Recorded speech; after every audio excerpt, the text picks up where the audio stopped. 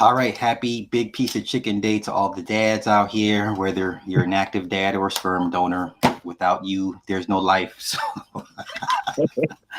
I got the homie Club Fortune Club. How are you today? I am good, Sly. How about yourself? And salute to everyone in the chat. Yeah, I got no complaints, man. Let's get right into it. The political climate. Let's start here. Okay, you recently made the move from one state to another. I don't want to get into you don't have to get into all the specifics. What was the last straw for you? The last straw for me was the city right next, because I was located to a big city in the Chicagoland area, and and watching them going through Lori Lightfoot, terrible rain, and choosing an abysmal candidate, another abysmal candidate, and with them choosing an awful going against their political interest and seeing some of their toxic seepage onto where I was living at, which and it made me like, hey, I'm sick and tired of trying to vote for my own best interest and the best interest of the city when other people want to damage their way of life, if that makes sense. Oh, okay. Take me back down memory lane. That Lori Lightfoot run. Who was the other candidates? And was the city duped into voting for Lori Lightfoot, or do you think they legit just voted against their best interests with her? With Lori Lightfoot, I would say it was more of like optimism. That's because Okay. and forgive me, that's because it's definitely been a while, but Daley just retired, if I remember Right, correctly. right. And it was a whole bunch of fresh candidates. A whole lot of people were high on Lori Lightfoot. And then because I want to say I want to say there was Garcia. There was a Latino candidate that was Okay. also popular, Okay. but everyone liked Lori Lightfoot. They thought she could offer a whole lot more to the city, and it was one of those things where it's like, oh, you were so like the fresh optimism, but then once you kind of get into like a couple years in, Mhm. it's like it was like, oh no, this is no different than Daley or like some of the crooked aldermen in certain areas. Okay. Help me out because running for mayor, it's you kind of don't know what you're getting because you don't have an actual history of their voting policies per se, and it's kind of hard to track where they're going to go or what they align with.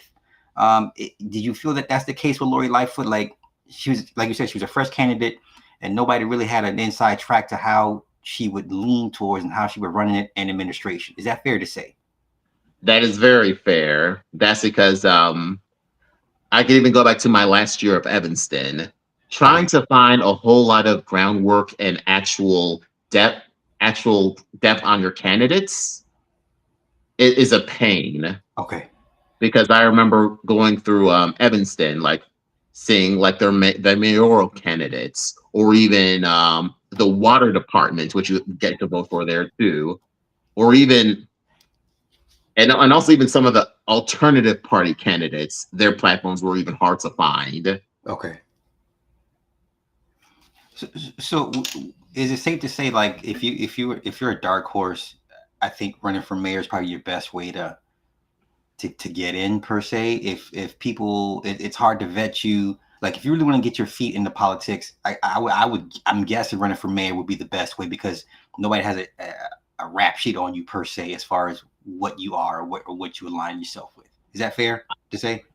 I would say more of go for alderman first, then Okay, shoot your okay, shot as mayor. okay. I like that. Okay. Speaking of Evanston, DOJ is wanting to block the reparations. I can't really call it a reparations bill with the housing thing. It's just basically an upstart to give you some money to help you get a home, but it's not. I wouldn't consider it reparations. I never really thought it was either, and to be honest, I didn't really think it was going to pass Right. Right. because Okay. typically with these bills, it's like you would have a little bit more depth to it, or even there's a bit of an end game, and I didn't really see much of that when the news first kind of broke out. Yeah, because I remember it wasn't a hot topic, but then over time, I guess if you stumbled upon the story and then when I covered, I was like, this doesn't because you had to be born in a certain time frame for you to be eligible for it. I'm just like, that's not a lot of black people to begin with because Evanston is, I don't know correct me, 70, 80% white. Yep. Yeah, I haven't been up there since my sister went there. She graduated from my younger brother. So it's been a while since I've been in Evanston, but the last time I remember going up there, it was pretty lily white. So are you surprised Exactly. the DOJ took this route against Evanston? Nope. Okay. Not at all. I mean, the DOJ has a very funny way of getting involved in the most random things Uh-huh. as opposed to actual issues. Okay. Is that the sentiment that you feel of this current administration, or you've always felt that's how the DOJ's kind of operated? I would say for the most part, that's the way I kind of view the DOJ as how they operated. Okay. Okay. Go ahead. No, I'm sorry. Yeah, and the thing that I was gonna say was, and we might go into this a little bit later, is that with the last couple administrations, I would say probably maybe like post Obama, Okay. it's like you have yourself it's like, oh, we voted one party in, and then we get sick of the party.